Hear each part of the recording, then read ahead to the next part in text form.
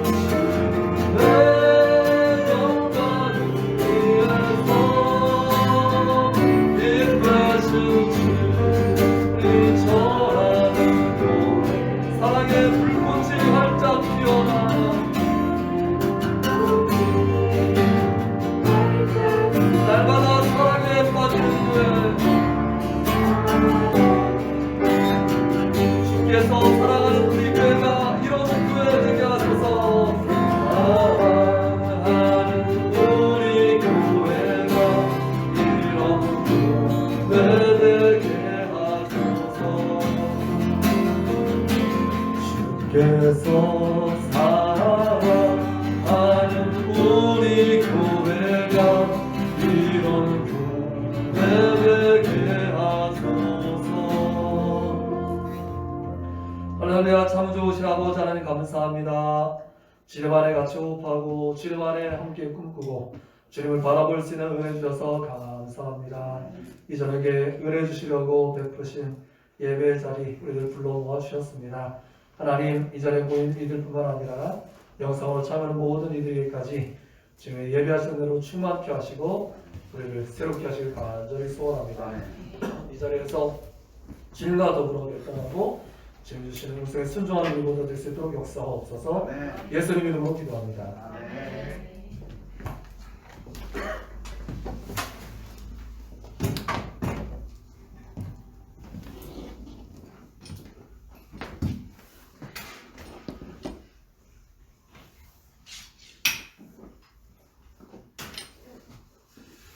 함께 보실 하나님의 말씀 신명기 4장 24절 말씀입니다. 구약성경 신명기 4장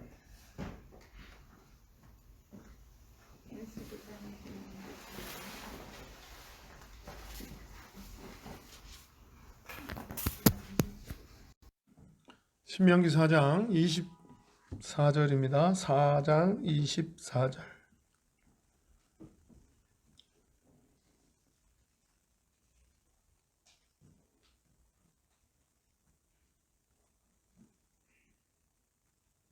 구약성경 신명기 4장 24절입니다.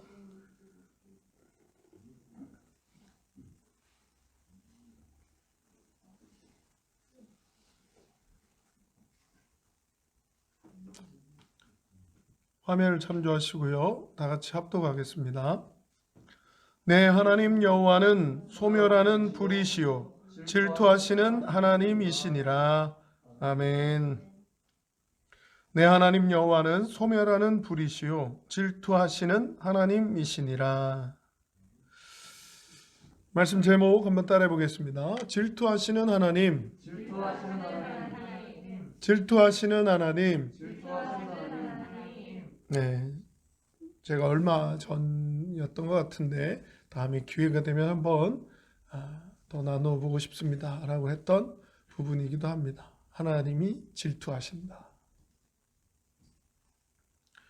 오늘 본문에 보니까요, 하나님은 소멸하는 불이시고 질투하시는 하나님이시다 라고 했는데, 이런 표현이 성경에 또 이곳저곳에서 등장하더라는 거죠. 질투하시는 하나님. 오늘 말씀은 신명기 4장 24절이잖아요. 또 찾아놓은 건데 출애굽기 34장 14절 4자가 많이 들어가네요. 다음 화면으로 넘기면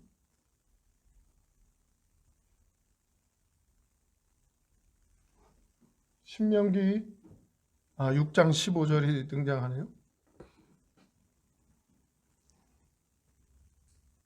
네, 이 순서로요. 네, 신명기 6장 15절에도 동일하게 질투하시는 하나님이라고 하는 표현이 등장합니다. 신명기 4장 24절을 우리가 살펴봤고, 뒤이어서 6장 15절에도 한번 읽어보겠습니다. 너희 중에 계신 너희의 하나님 여호와는 질투하시는 하나님이신즉 너희의 하나님 여호와께서 네게 진노하사 너를 지면에서 멸절시키실까 두려워하노라. 질투하시는 하나님이 멸절시키신다. 또 4장 24절에 소멸하는 불 같아서 라고 표현하고 있으시네요. 다음 찾아놓은 화면 보겠습니다. 여호수아 24장 19절입니다. 여호수아서 24장 19절.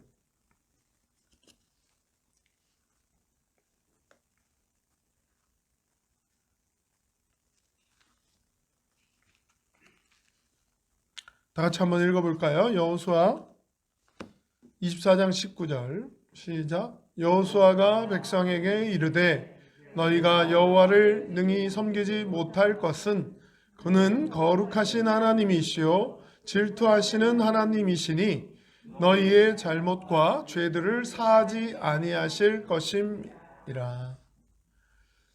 여기에도 동일하게 질투하시는 하나님이라고 표현이 구체적으로 언급이 되어 있습니다. 신명기 말씀, 여호수아 말씀, 구약에 많이 등장을 하면서 또 출애굽기 34장 14절에도 34장 14절에도 보니까 이렇게 표현되어 있어요. 한번 읽어보겠습니다. 너는 다른 신에게 절하지 말라. 여호와는 질투라 이름하는 질투의 하나님이니라. 질투의 하나님, 질투하시는 하나님. 여기는 아예 구체적으로 질투라 이름하는 하나님의 이름이 질투라고 가르쳐주고 계십니다. 살피시는 하나님, 건지시고 높이시는 하나님. 그리고 지난주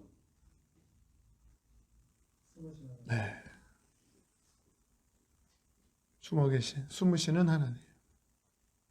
그게 찾지 못하라고 숨으시는 게 아니라 꼭 찾으라고, 반드시 찾으라고, 간절히 찾으라고 우리에게 숨으셔서라도 하나님을 없으면 안 됩니다. 하나님 없이는 못 삽니다.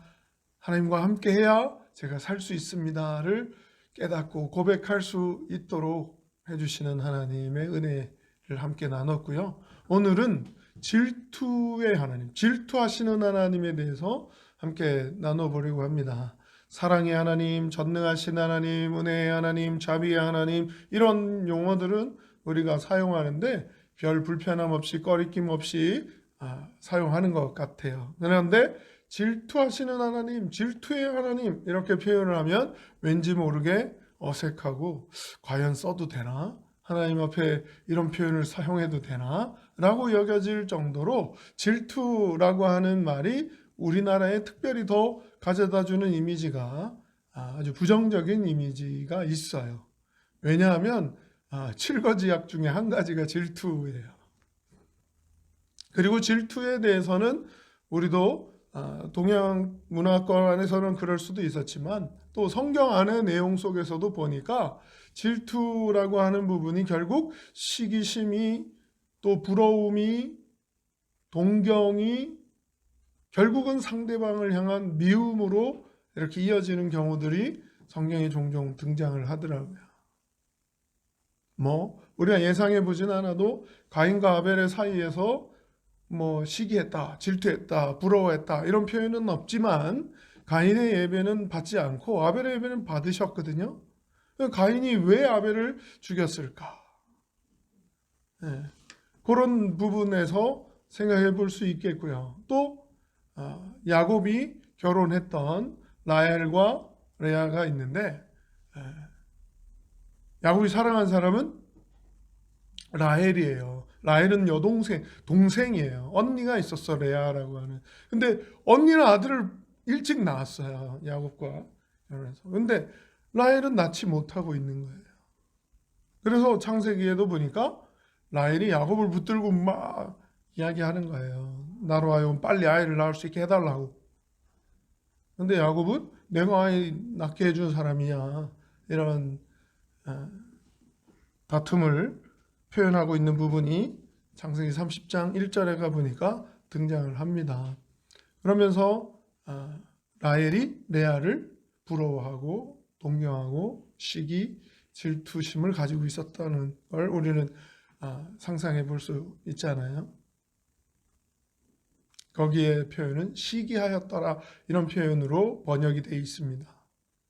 그런데 사용한 단어가 오늘 사용하고 있는 우리 본문에서 보는 질투하시는 하나님의 질투랑 그 창세기 30장 1절에 나오는 시기하였다라는 시기랑은 다른 단어를 사용하고 있습니다.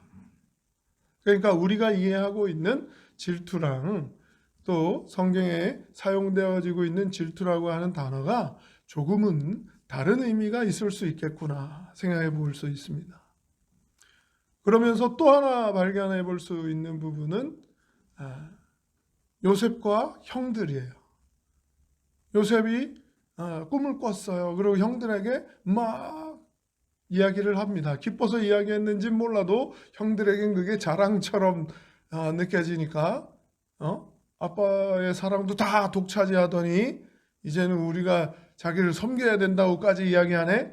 라고 하면서 어떤 시기와 질투와 동경이 부러움이 미움으로 이어져서 결국 요셉을 애굽의 상인들에게 팔게 되는 그런 일이 벌어지게 되는 거예요. 그렇게 봤을 때 그 안에 남겨져 있는 인간의 질투, 인간의 시기심과 하나님의 시기심, 하나님의 질투라고 표현되어져 있는 이 하나님의 질투라는 표현과 이건 다른 의미구나, 같이 안 쓰여졌구나, 단어가 다르구나 라고 하는 걸 첫 번째로 생각해 봐야 될 부분입니다. 그러면서 하나님이 질투라고 하는 표현을 사용하면서까지 우리에게 이해시키시고 싶으신 게 있으시다라고 하는 거죠. 사람 사이에 질투라고 하는 표현을 우리의 눈높이를 맞춰 주시려고 가져다가 성경에 사용하시는 거예요. 하나님의 말씀에 하나님을 가르쳐주고 하나님을 드러내고 하나님을 알려주는 그 성경 말씀에 질투라고 하는 걸 하나님의 이름 앞에 딱 넣으면서까지 우리에게 하나님의 그 질투의 부분, 하나님의 질투라고까지 사용하셔서 우리를 이해시키려고 하시는 하나님의 마음을 오늘 깨달을 수 있기를 소원합니다. 그러니까 성경이 사용되어졌으니까 질투의 하나님이라고 하는 표현이 하나님에 대해서 잘못 사용되거나 표현되어지지는 않았을 거다라고 하는 것이죠. 그러면 인간의 질투는 분명히 시기와 질투가 미움으로 연결되고 그런 안 좋은 사건이나 사고를 발생하게 하잖아요. 그러면 성경에 또 나오는 고린도전서 13장 사랑장에 가서 보니까 사랑은 미워하지 않는다고 했거든요. 그러니까 이건 서로 또 모순이 되어지는 거 아닌가? 라고 여겨지는 부분이 있잖아요. 시기, 질투, 부러워하고 동경하다가 미워하고 서로 막 안 좋아하고 불편해하고 하는 이런 부분들이 하나님께 사용되어진다니, 그러면 이 질투라고 하는 표현이 결국은 미움으로 치닫고 미움으로 종결되던데, 하나님의 사랑은 완전하신 사랑인데 그러면 사랑은 미워하지 않는다 그랬는데 뭐지? 이렇게 좀 부딪히게 되는 경험들을 하게 되는 것 같아요. 그러니까 질투하시는 하나님이라고 하는 표현은 즐겨 사용하거나 잘 사용하지 않는 표현인 것 같습니다. 그런데 이건 우리가 잘못 오해하거나 잘못 이해하는 거예요. 하나님에 대해서 잘 제대로 이해를 하려면 분명히 성경 말씀은 하나님에 대해서 제대로 완벽하게 우리에게 알려주고 싶어 하셔서 그 단어 하나까지도 우리의 눈높이를 맞춰서 이해시키려고 사용하시는 거예요. 그래서 우리나라 말로 번역되어지는 중에 질투라고 하는 말로 번역되어졌지만 실제로 사용되어진 원어상에는 하나님이 질투하시는, 내 이름이 질투다라고까지 이야기하시는 그 질투에 사용되어진 단어가 다른 곳에서 어떻게 사용되어졌는지를 확인해 봐야 되는 거죠.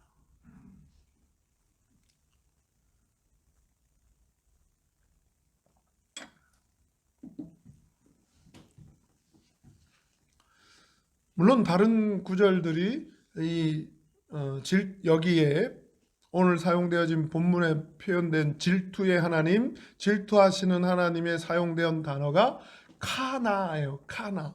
질투라고 하는 표현이 카나. 그런데 그 카나라고 하는 단어가 성경에 어디에 또 다른 곳에 쓰여졌나를 확인해 보니까 저기 멀리 가가지고 한 구절 찾아보겠습니다. 열왕기상 19장 10절입니다. 열왕기상 19장 10절입니다.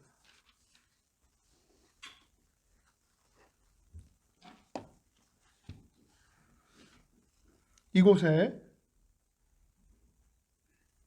열왕기상인데 여호수아 24장이네요. 열왕기상 19장 10절에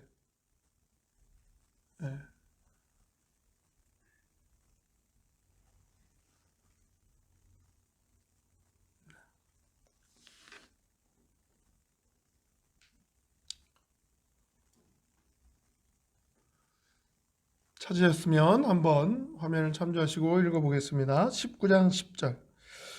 그가 대답하되 내가 만군의 하나님 여호와께 열심히 유별하오니 이는 이스라엘 자손의 주의 언약을 버리고 주의 제단을 헐며 칼로 주의 선지자들을 죽였음이오며 오직 나만 남았거늘 그들이 내 생명을 찾아 빼앗으려 하나이다. 엘리야 선지자가 죽이려고 하는 사람들을 피해서 호렙산으로 지금 피신을 했어요. 그러니까 엘리야 하면 갈멜산에서 이렇게 해가지고 싸워서 이긴 다른 바알 선지자들이나 이렇게 막 싸워가지고 하늘에서 불이 내려가지고 제단에 불을 붙여서 제물을 불태우는, 누가 불태우냐, 누가 진짜 하나님이냐 한번 해보자고 해가지고 물로 다 끼얹어서, 제물에 물이 다 끼얹어져서 자연적으로나 뭐 태양이 뜨거워서거나 누군가가 불을 붙여서 불이 붙었다 이럴 수 없을 정도로 상황을 만들어 놓은 상태로 기도를 하는 거죠. 그리고도 하나님이 하셨다라고 고백할 수밖에 없도록 그렇게 해가지고 우리가 잘 아는 엘리야가 이깁니다. 그랬던 엘리야인데도 이세벨이 자기를 이제 잡으려고 하고 죽이려고 한다는 그 상황에 쫓겨서 도망치면서 호렙산으로 가서 그 피한 가운데 하나님께 기도도 하고 하는 중이에요. 그러면서 하는 말이, 그가 대답하되 내가 만군의 하나님 여호와께 열심히 유별하오니 라고 하는, 여기에 질투라고 하는 단어가 안 나오잖아요. 근데 질투라고 하는데 쓰여진 단어가 뭐라고요? 히브리어로 카나였어요. 카나. 가나 초콜릿이 아니고 카나라고 하는 단어가 여기에 턱 들어가 있더라는 거예요. 그러면서 열심히 유별하다라고 하는 이 표현으로 번역을 한 거죠. 카나라고 하는 단어를 여기는 만군의 하나님 질투하시는 이는 이렇게 번역할 수가 없었는 것 같아요. 그래서 이게 킹제임스 버전으로 또 영어 성경으로 이렇게 번역이 되고 우리나라 말로 번역이 되어지면서 이 질투라고 하는 단어를 카나라고 하는 히브리어를 썼는데, 이 히브리어가 영어 성경에서 열심히 유별나다라고 하는 말로 번역이 된 거죠. 그렇게 열심히 유별나다라고 하는 말을 우리말로 옮겨오니까 카나가 질투에서 열심히 유별나다라고 하는 말로 이렇게 옮겨졌어요.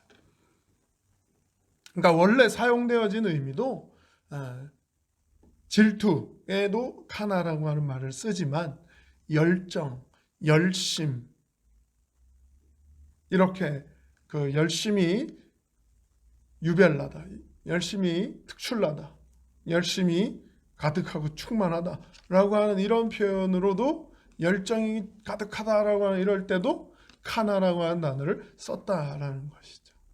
그러니까 하나님이 질투하시는 하나님이다라고 하는 표현에는 열심히 특출나신 분, 그 열심히 유별나신 분이라고 하는 표현이 우리에겐 더 질투하시는 하나님이라고 하는 이해보다 열심히 유별나신 하나님이라고 이해하는 게 조금은 더 편안해지지 않을까 여겨지는데요.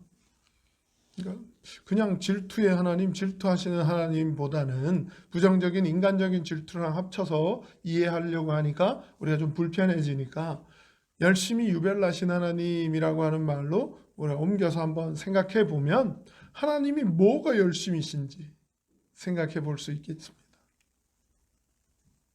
그러니까 열심히 유별나신 하나님으로 오늘 표현을 좀 바꿔볼 수 있는 거죠. 우리 하나님은 열심히 유별나신 분이에요. 어떤 열심히 유별나신가?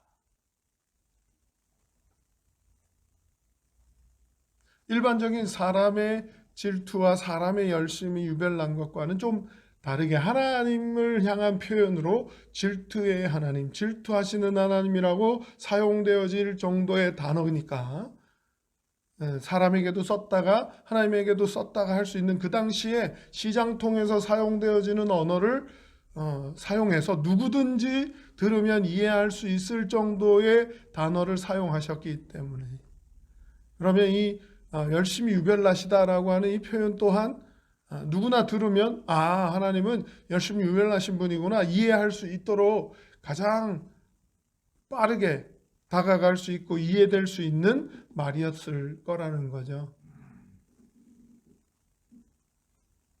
근데 이 질투하시는 하나님이 어느 때 사용되어졌는가를 보니까 출애굽기 34장 14절 한번 가보겠습니다.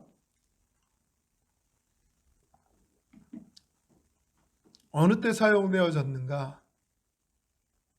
출애굽기 34장 14절입니다. 한번 읽어보겠습니다. 너는 다른 신에게 절하지 말라. 여호와는 질투라 이름하는 질투의 하나님이니라. 이제 질투라고 하는 의미가 뭐였다고요? 열심히 유별나신 하나님이라고 하는 의미라면 이제 너는 다른 신에게 절하지 마라. 여호와는 열심히 유별나신 분이다. 열심히 유별나신 하나님이니라 이렇게 표현하고 있지만 하나님은 열심히 유별나신 분이다. 다른 신에게 절하지 마라. 이렇게 표현되고 있는 거죠. 그래서 십계명의 계명 중에 다른 신에게 절하지 마라 그러니까 다른 신을 하나님이 인정하는 건가요? 이렇게 또 질문하는 사람들이 있어요. 다른 신이 있다는 걸 인정하시는 분이 아니라 하나님은 스스로 계신 하나님이십니다. 우리가 너무 감동 없이 그냥 이렇게 지나가는 표현처럼 사용하는 표현 중에 하나가 하나님은 스스로 계신 분 이렇게 이야기하는데 그게 무슨 말이에요? 그게 어떤 감동을 줘요? 이렇게 이야기할 수도 있겠지만 스스로 계시다라고 하는 이 표현 속에는 하나님은 우리가 믿고 안 믿고랑 상관없어요. 우리에게 사랑을 갈구하시지도 않아요.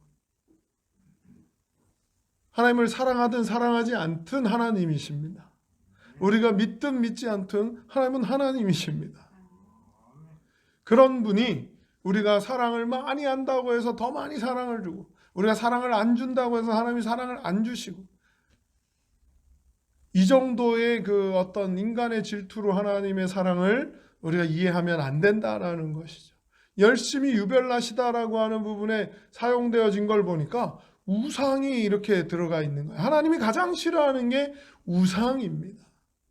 우상은 어떻게 보면 잘 생각해 보세요. 스스로 계신 자존하시는 하나님과 우상은 차이가 있어요. 우상은 스스로 있지를 못해요. 네. 스스로 있지 못한다라고 하는 건 내가 지성이면 감천이다라고 하는 표현처럼 내가 열심히 섬기고 열심히 막 해주면 어떻게 해요? 더 많은 걸 복으로 주고 내가 열심히 안 하면 줬던 복도 뺏어가나요? 우리가 이 우상이라고 하는 걸 한번 생각해 보면 사람들은 다 자기가 뭔가를 잘못했다라고 생각하고 사는 거예요. 그래서 막연한 두려움이 있는 거예요. 난 잘못했나? 내가 뭘 잘못했나? 하는 거죠. 그런데 그 막연한 두려움에 부적까지 만들어서 갖고 다니지만 결국은 어떻게 됩니까? 그 막연한 두려움을 해결해 주려고 막 내가 최선을 다해서 지극정성을 다 쏟아 부으면 나는 아무런 해코지도 안 당하고 아무런 어려움도 안 당할 수 있어. 그런데 안 하면 전혀 예측도 못하고 있다가 갑자기 뒤통수 깨지고 나는 전혀 예상도 못한 일들을 갑자기 맞이해가지고 불행해지고 그 모든 게 권선징악, 선을 권하고 악을 징계한다. 그래서 내가 어떤 악을 했나? 악에 대해서 갚으려고 이런 일들을 당하나? 그러니까 내가 잘못한 게 없는데 꼽아보니까 그러니까 어디까지요? 네, 조상의 그런 잘못된 일들까지 내가 내 때에 와서 갚아야 된다고까지 생각하는 거예요. 우리가 생각하고 있는 막연한 우상은 이 정도로 생각한다면 실제 우상이다라고 하는 하나님이 말씀하시는 우상은 하나님을 우상처럼 섬기지 말라는 겁니다. 하나님을 우상처럼 만들지 말라는 겁니다. 내가 막 열심히 잘하면 하나님도 나한테 막 복 주시고 내가 안 하면 하나님은 언제 그랬냐는 듯이 휙 돌아서시는 그런 하나님으로 우상처럼 하나님을 만들어 섬기지 말라는 거예요. 하나님은 그런 분이 아닙니다.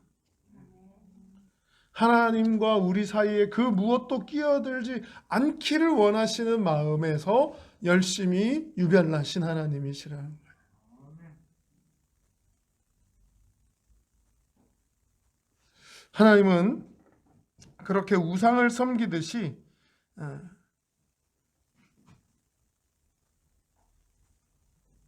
자기가 이루고자 하는 게 있으면 우상에게 가서 열심히 하면 이루어진다더라. 뭐 애 낳는 바위 해가지고 그거 계속 문지르고 뭐 내가 열심히 하면 그 우상에게서 내가 원하는 거 얻을 수 있다더라. 이렇게 하나님을 우상처럼 만들면 안 된다는 것이죠. 우리의 신앙은 내가 원하는 걸 이루는 게 아니에요.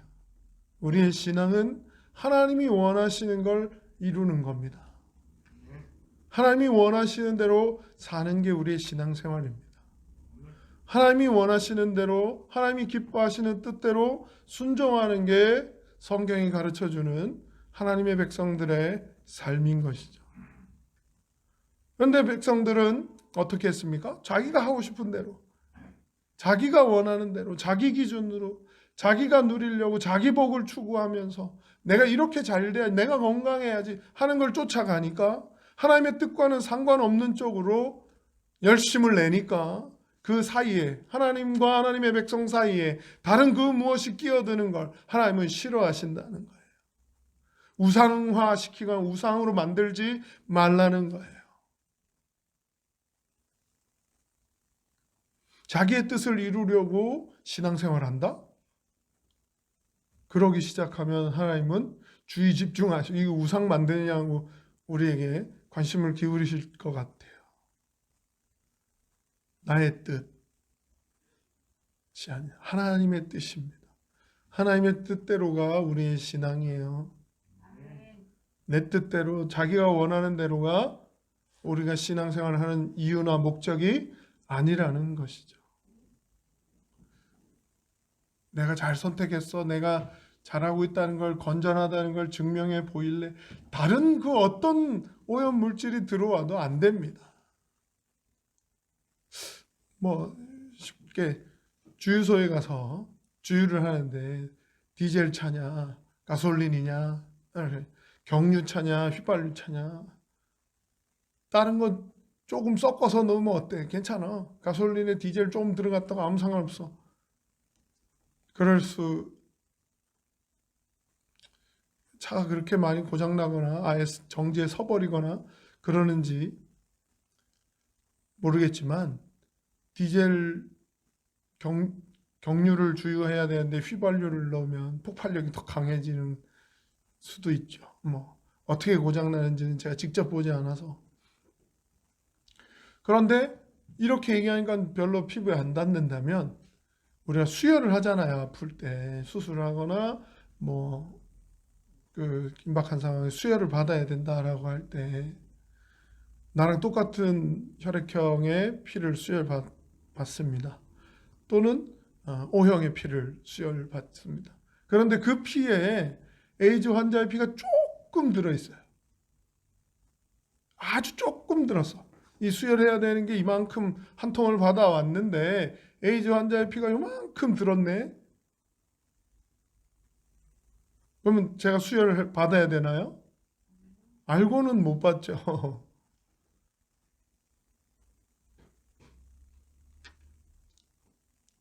그 어떤 이물질도 하나님은 원하지 않으시는 거예요. 100%를 원하십니다. 98%? 뭐 97%? 이만큼 노력했는데요. 이런 게 아니에요. 하나님은 하나님과 우리 사이에 그 무엇도 끼어들지 않기를 원하시는 거예요. 거기다가 스스로 계신 하나님이시다라고 하는 거에 어떻게 해요? 인정해드리는, 하나님을 하나님 되게 하는, 이제는 스스로 계신 하나님이라고 하는 말에 우리가 조금은 감동을 할 수 있어야 될 것 같아요. 내 뜻대로 하는 게 아니에요. 하나님 뜻대로 하는 겁니다. 그 하나님이 원하시는 대로 반응하는 게 우리의 신앙이에요. 우리의 믿음이고.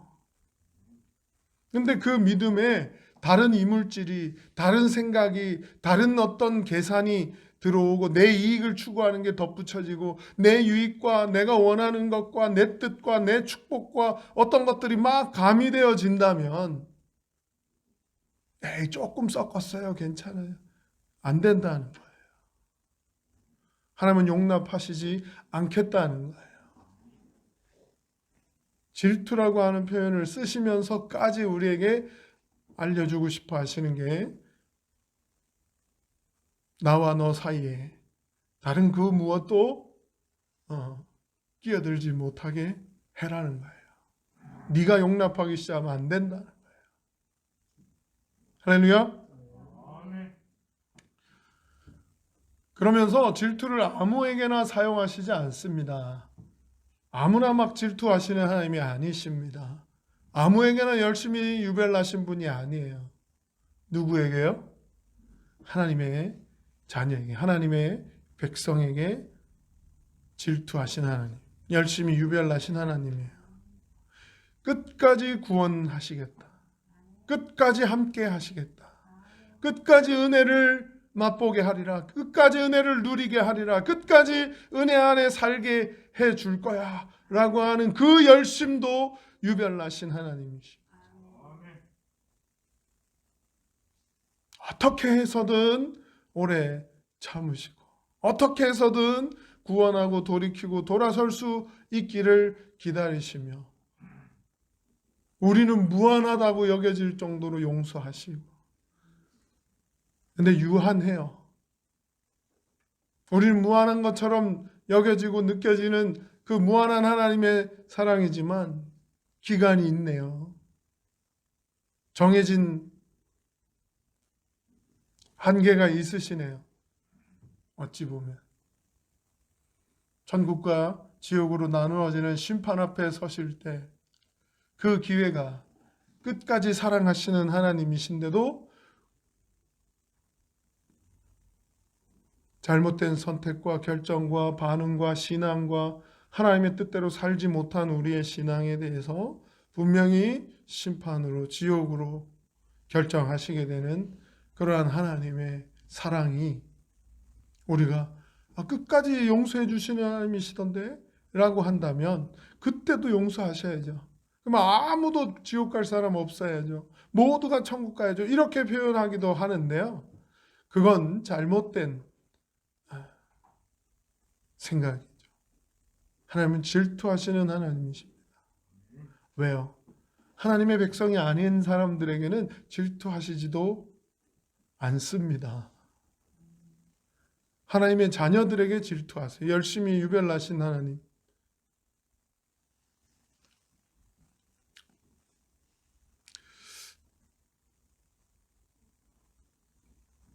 그래서 성경의 여러 곳에서 설령 그 부모가 아니 어미가 자식을 용서하지 않고 잊어버리고 그냥 버린다 한들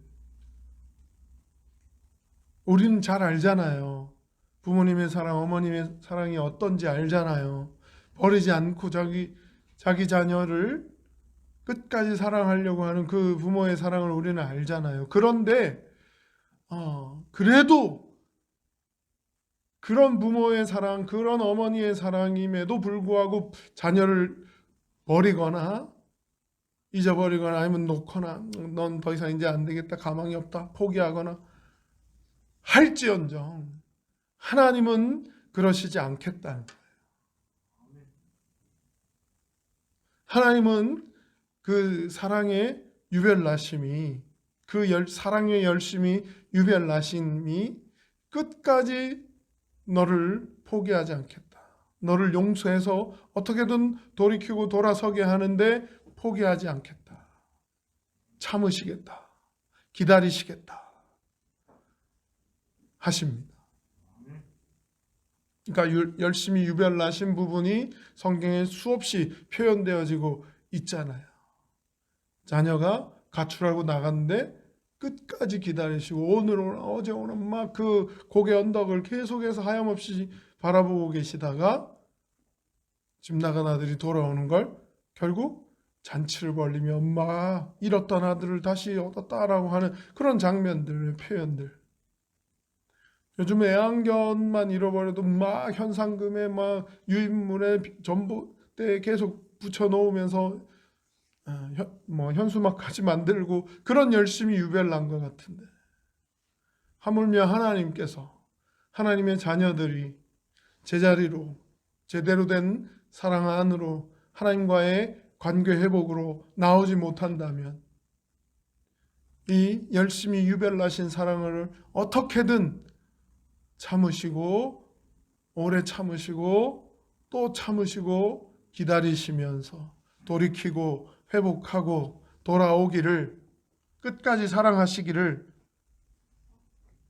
반복하신다는 거예요. 계속해서 기회를 주시고 용서하시기를 반복해 주신다는 거예요. 우리가 생각하는 그 이상으로 7번씩 70번? 70번씩 7번? 7번 정도 용서하면 많이 한 건가요? 7번 정도 용서해주면 많이 사랑한 건가요? 라고 인간적인 생각으로 이야기할지 몰라도 하나님 거기에 더 완벽에 완벽을 더하셔서 사랑해라, 용서해라 하십니다. 왜? 우리를 그만큼 용서해 주시고 우리를 그만큼 사랑해 주실 수 있기 때문에 그렇게 하시는 하나님의 사랑을 우리에게도 너희도 사랑해라 하시는 거죠. 열심히 유별나신 하나님, 그 열심에는 사랑이 있더라는 겁니다. 거기다가 또 하나님과 우리의 관계를 표현하는데 부모 자식 관계로만 표현하시지 않아요. 어떤 게 있죠? 결혼 관계, 부부 관계로 표현을 하십니다. 신랑과 남편.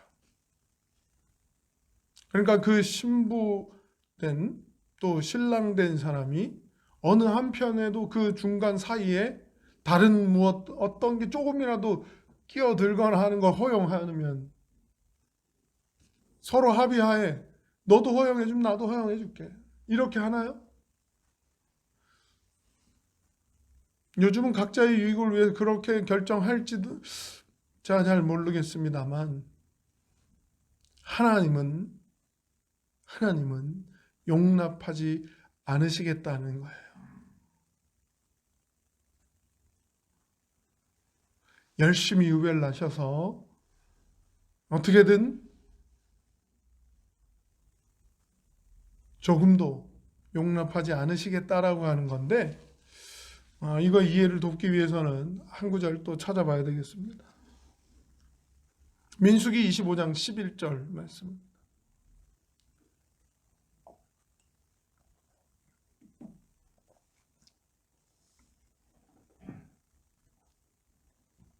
민수기 25장 11절 말씀.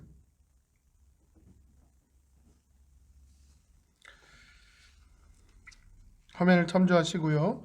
25장 11절 다 같이 한번 읽어보겠습니다. 제사장 아론의 손자 엘라살의 아들 비느하스가 내 질투심으로 질투하여 이스라엘 자손 중에서 내 노를 돌이켜서 내 질투심으로 그들을 소멸하지 않게 하였도다. 열심히 유별나심으로 그들을 소멸하지 않게 하셨다. 열심히 유별나신 하나님이 어떻게 해요? 이스라엘 전체를 다 소멸하실 수 있으셨는데 그러지 않을 수 있게끔 비느하스가 무언가를 했는데 그 한 행동도 하나님의 그 질투를 가지고 했다는 거예요. 내 질투심으로 질투해서. 그러니까 이제는 질투에 대한 부분을 어떻게 열심히 유별나서라고 하는 부분을 좀 집어넣어서 이해를 해보면 비느하스가 그 열심히 유별나서 하나님의 그 열심히 유별남을 가지고 행동한 거예요. 그 행동으로 인해서 어떻게 해요? 하나님의 노를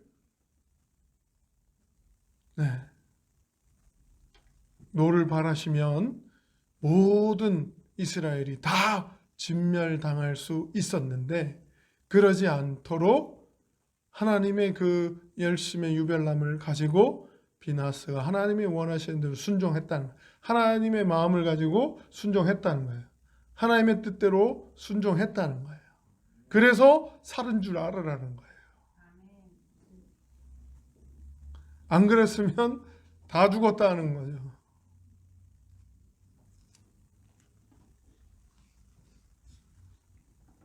오늘 질투라고 하는 표현이 또 사랑이라고 하는 말과 많이 연결되어져 있더라는 거죠. 그 사랑의 개념에 하나님의 사랑을 이해할 수 있도록 우리에게 하나님의 사랑을 이해를 돕도록 질투라고 하는 단어까지 사용하셔서 우리를 이해시키려고 하는 거예요. 우리 둘 사이에 그 무엇도 용납하지 않겠다. 이게 어찌 보면 하나님의 신성 불가침에 그 모독하지 말라는 거예요. 너무 선을 넘지 말라라고 하는 부분이 있는데 넘지 말아야 될 선을 넘는다라고 하는 그런 이해처럼 사람들이 하나님의 사랑은 무한하셔. 하나님의 사랑은 넘쳐나. 하나님의 사랑은 언제나 열려 있어. 뭐야? 어떤 은행 창구죠? 뽑으면 계속 나오는 은행 창구야. 이렇게 생각하고 있을지 모르겠지만 그 선을 넘어서는 순간 하나님은 열심히 유별나셔서 다 소멸하실 수도 있는 분이시다.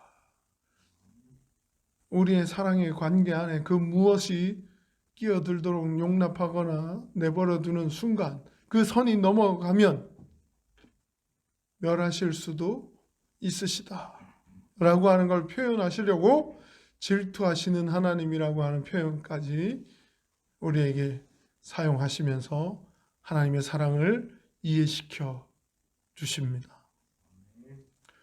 오늘 하나님의 사랑에 대해서 우리가 조금은 소홀했거나 제대로 잘 이해하지 못하고 있었던 부분들이 있었다면 조금은 깨달을 수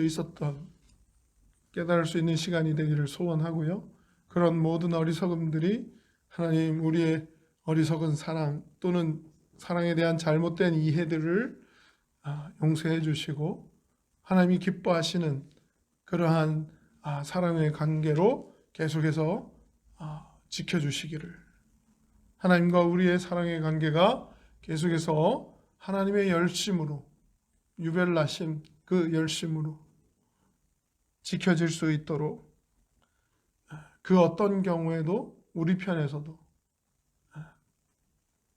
타협이 없기를 기대하시는 하나님의 마음을 우리가 깨닫고 이 시간 함께 기도하기를 소원합니다. 하나님의 질투를 이해할 수 있기를 소원합니다. 오늘 말씀을 기억하면서 잠시 기도하겠습니다.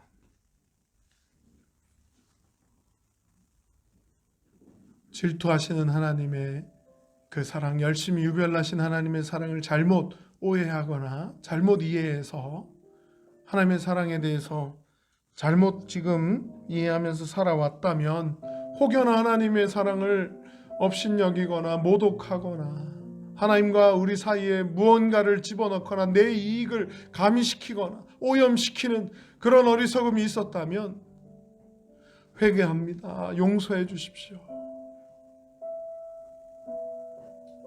이 시간 다시 우리의 사랑을, 하나님의 그 첫사랑이 온전히 기억되어지고 회복되어지고 첫사랑이 회복되어지는 그런 청지기 공동체가 될 수 있도록 주의 이름 한번 크게 부르고 말씀을 기억하며 기도하겠습니다. 기도합니다. 주여